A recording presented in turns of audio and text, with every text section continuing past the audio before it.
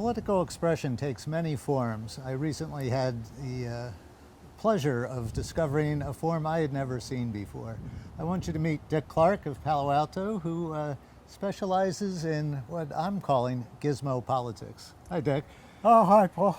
So we're going to take a look at your gizmos here in a minute, but just tell us how you started making kinetic sculptures with a political message. Well, I really wanted to just make some things out of wood that would have movement and be an expression of mechanics of some sort, and thought that I really wanted to give a little message to it. And maybe it just made me feel it would be more worthwhile doing it. I don't know, but that's what led to it. Okay, well, let's take a look at some of these inventions. I give you Gizmo Politics. Does this one have a particular title, or is it 1%? It's 1%, I think, is about the best I could think of to label it. And you hand make all these parts. I did, all the parts.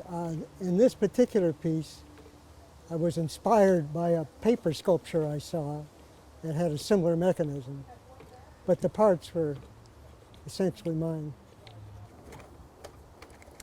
Well, my interest was just the idea that big business talks, and so often Congress says yes. And that's the long and short of the message here.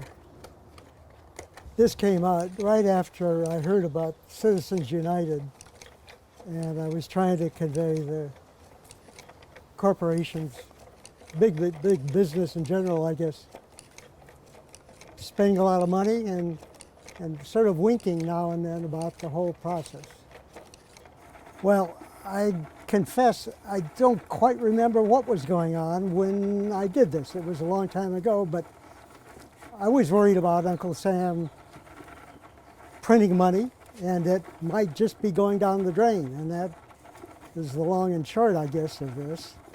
Well, I was aware that some people were actually being able to set fire to their faucets after some fracking work had been done in their neighborhoods.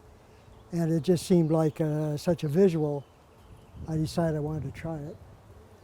It would have been better to have a real faucet, but boy, that was complicated.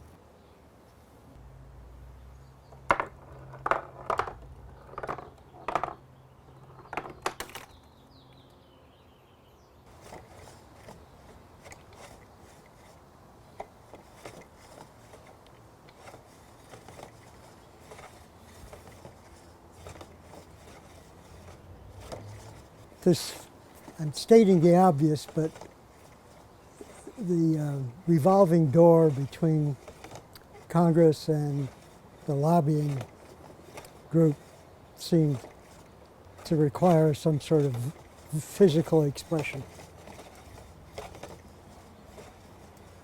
When the Gulf of Mexico oil spill occurred, I just seemed to see it going on, as though the spill would never be cleaned up. It just never seemed to make any headway. They couldn't blow it out.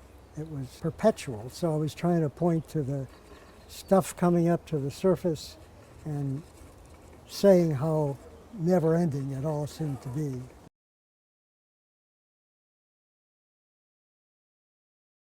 It seemed to me the oil industry was searching and searching in further and further places, and I just thought, you know, what if they went all the way through? That would be a real dry hole.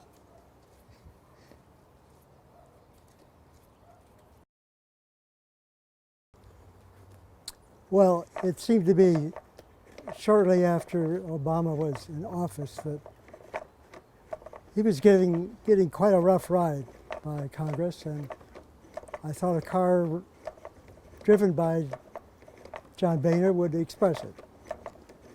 Dick, thanks so much for introducing us to Gizmo Politics. I really admire all this handwork that you've put into it.